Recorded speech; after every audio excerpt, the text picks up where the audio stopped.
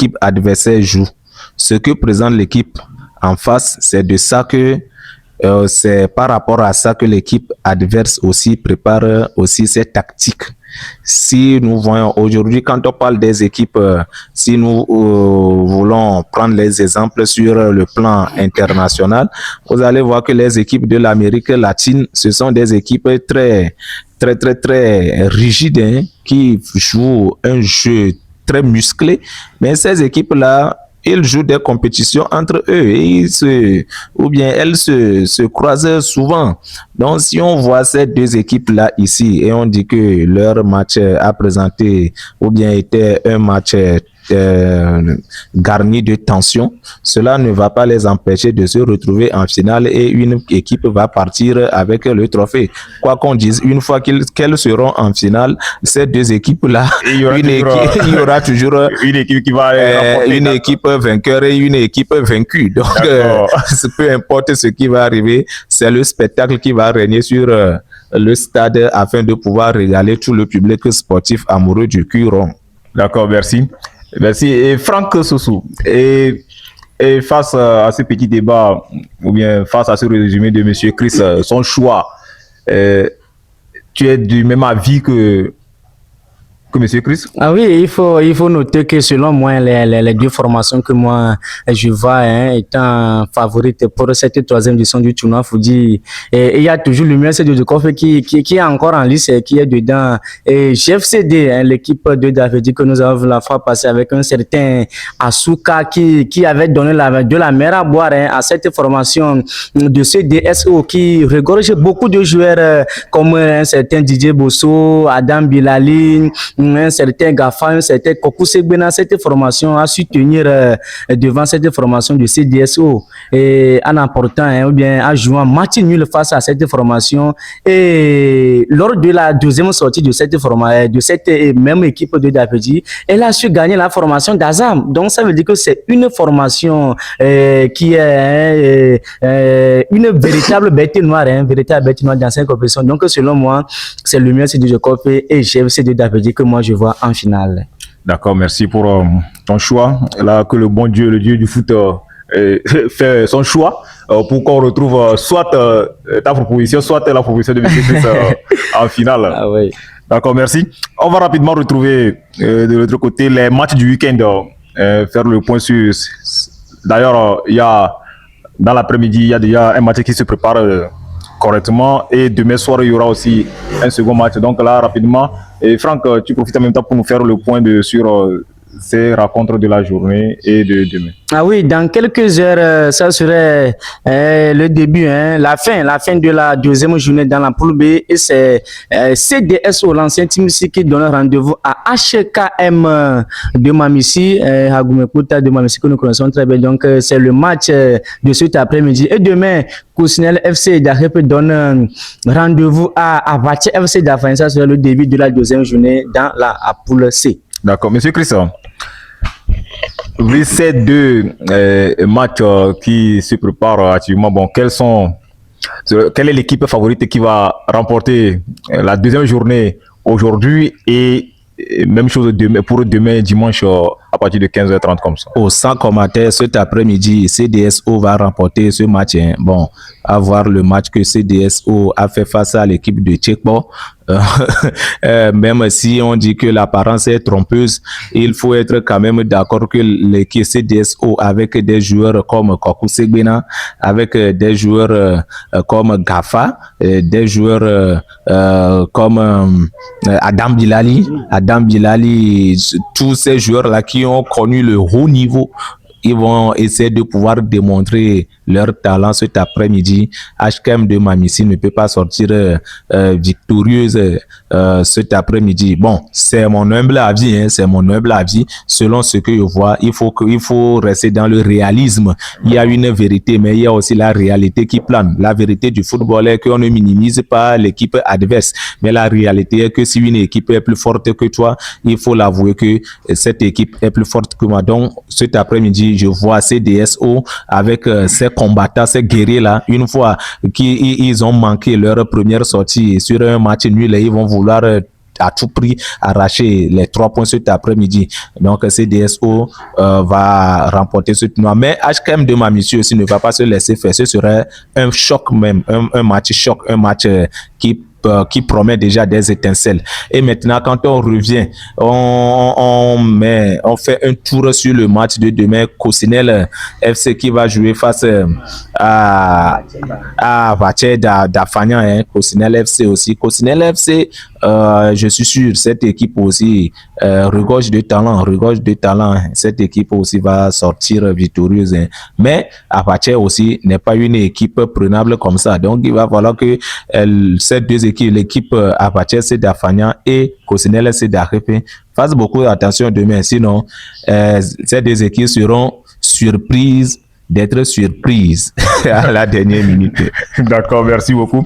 Et on va pas trop tarder, on va rapidement aller dans le vif du sujet, parler du Tchouna Foudy. En général, j'ai quelques éléments, quelques questions. Et je vais voir si je peux trouver des éléments de réponse chez vous. Et tout d'abord, monsieur Chris, quelle est l'idée derrière le promoteur du tournoi Foudy? Merci pour la question. D'abord, je salue le promoteur Abel Adénon qui ne cesse de pouvoir faire beaucoup de choses ici dans la préfecture de Yoto, plus précisément dans la ville de Tablebo, afin de pouvoir permettre à la jeunesse de Tablebo de pouvoir s'épanouir, surtout dans les moments de vacances comme ça, les permettre de pouvoir les contenir au sein d'un groupe, afin de pouvoir ou bien afin de pouvoir extérioriser les talents qui se cachent en eux. Donc, vous n'êtes pas sans savoir que aujourd'hui c'est le football qui fait gagner, hein. Le football fait gagner beaucoup.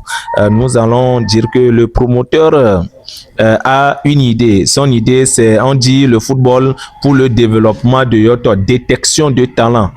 Faire promouvoir les jeunes talents de la préfecture de Yoto, c'est ça l'objectif premier. C'est pourquoi si vous prenez les équipes qui participent à ou bien à ce tournoi, c'est 16 équipes et 8 équipes quittent la préfecture de Yoto, ou bien 8 équipes viennent de la préfecture de Yoto. Donc, c'est un tournoi de détection de talent et aussi de pouvoir faire développer le football dans la préfecture de Yoto. Une fois que on joue ce tournoi, il y a aussi des coachs des différents clubs qui arrivent et qui voient aussi des pépites. Ils voient des joueurs talentueux autant pour moi, hein, qu'ils peuvent sélectionner afin de pouvoir étoffer leur effectif dans des clubs différents. Donc, c'est le pourquoi Abel Adénon a décidé maintenant de pouvoir organiser ce tournoi et nous prions Dieu pour que Dieu puisse lui donner la vie longue et aussi le maintenir en bonne santé afin qu'il puisse continuer à pouvoir faire ces genres de trucs dans la préfecture de Yoto. Donc, l'idée derrière, c'est faire promouvoir le talent footballistique dans la préfecture de Yoto et aussi permettre à la préfecture de Yoto de se développer à partir du football. D'accord, merci pour la réponse un peu satisfaite, mais une deuxième question. Et si nous prenons les équipes qui se présentent dans cette 3e édition du tournoi Foudy, bon, pour les quelques matchs que j'ai pu assister, j'ai remarqué que bon, il y a de l'âge, il y a des vétérans, des éléments dont l'âge est un peu avancé, mais qui aussi se présentent, qui sont dans le tournoi. Mais si nous voulons si on veut promouvoir le football et aussi essayer de trouver des pépites, des éléments, des petits qui doivent aussi faire avancer, il faut un âge. Je pense que, est-ce que l'âge que nous assistons des fois dans ces équipes-là, est-ce que l'âge-là est avantageux pour aider le promoteur à trouver la solution à ce qu'il est en train de chercher? Au fait, il y a aussi la politique footballistique et il y a aussi la politique économique à côté. Si on veut prendre seulement les pépinières ou bien on veut jouer avec les juniors et épargner les seniors, vous allez voir que le tournoi n'aura pas d'engouement. Ce qui veut dire que, les juniors et les pépinières là, ou bien minimes, excusez-moi, les minimes ne vont pas donner du spectacle afin de pouvoir faire venir le public sportif au stade en fait. Donc, il faut maintenant que des anciennes gloires, des joueurs de renom de la préfecture de Yoto aussi essaient de pouvoir participer afin de pouvoir attirer le public sportif. Donc, c'est ça l'idée. Mais vous n'êtes pas sans savoir que dans ces équipes où vous trouvez des vétérans, il y a aussi des jeunes joueurs de 16 et de 17 ans. Ce qui veut dire que ces jeunes joueurs de 16 et de 17 ans, de 18 ans, voire 19 ans, c'est leur chance maintenant de pouvoir faire démontrer leur talent. Par exemple, si nous prenons un certain Kito Agbede-Guy, qui sont des jeunes joueurs de 17, 18 ans, ce sont des joueurs qui ne sont pas âgés, et ces jeunes joueurs-là maintenant, on prend exemple aussi d'Alado Jean. Ces jeunes joueurs-là, vous allez voir que s'ils commencent maintenant par faire rehausser leur niveau en matière de football, vous allez voir qu'ils vont trouver rapidement des clubs qui vont leur permettre de pouvoir approfondir leur talent. Donc, on ne peut pas à tout prix dire que non, ces vétérans-là ne doivent pas faire partie des équipes. Ça dépend des présidents des clubs qui font leur participation. C'est à eux maintenant de dire pourquoi nous faisons la participation. Est-ce que nous participons à ce tournoi juste pour avoir le trophée, ou bien juste pour avoir le trophée, ou bien pour avoir les 1 million, ou bien les 500 000, ou bien les 300 000. Non, il faut aussi qu'il y ait une politique dans chaque club pour dire que je participe à ce tournoi, ou bien je me suis engagé dans ce tournoi juste pour pouvoir démontrer au public sportif et aux recruteurs que j'ai tel joueur, j'ai telle pépite, j'ai tel jeune joueur qui peuvent aller se perfectionner. Donc, venez les prendre. Mais si ces présidents de club partent pour aller prendre des vétérans et autres, le promoteur, lui, ne peut pas refuser. Parce que, en tout cas, d'après tout le football, le peuple et le football, c'est un jeu de rassembleurs qui rassemble. Si on décide de ne pas le faire comme ça, vous allez voir que le tournoi va taper pour tout. Donc, l'objectif est clair, mais il va falloir que les présidents de club fassent leur part aussi. D'accord, merci. J'ai trouvé mes réponses approximativement, donc merci beaucoup pour cette réponse donnée. Et là, bon, comme le promoteur, il a déjà commencé, il a déjà fait par le passé, il continue par le faire, donc on suppose que dans les années à venir, il va sûrement mettre en place un tournoi derrière ces équipes-là, mettre en place un tournoi de U17 Fougi, et pour aussi pour rapidement, ou bien proposer à ces équipes de mettre 2 équipes en place, U17 et puis les vétérans là, et pour aussi permettre à ces jeunes frères d'évoluer aussi correctement derrière leurs grands frères. Oui, c'est une idée. Bon, ça se développe, ou bien eux-mêmes, ils sont en train de réfléchir. Vous allez voir que dans des jours à venir, le tournoi Foudi va changer de visage et on aura un tournoi bivalent, un tournoi proprement pour les jeunes et un tournoi pour les seniors regroupés, jeunes, seniors regroupés, et aussi des vétérans. Donc, on espère ça. D'accord, merci. Franco, oui, rapidement, tournoi Foudi, 3e édition. Et nous remarquons que c'est seulement masculin. Là, est-ce que la genre féminine, ou bien le genre féminin, pardon, ne pense pas qu'on essaie de le priver un peu de ce tournoi? Ah oui, il faut noter que même si le tournoi est à sa 3e édition, il faut toujours noter que c'est un début. C'est un début.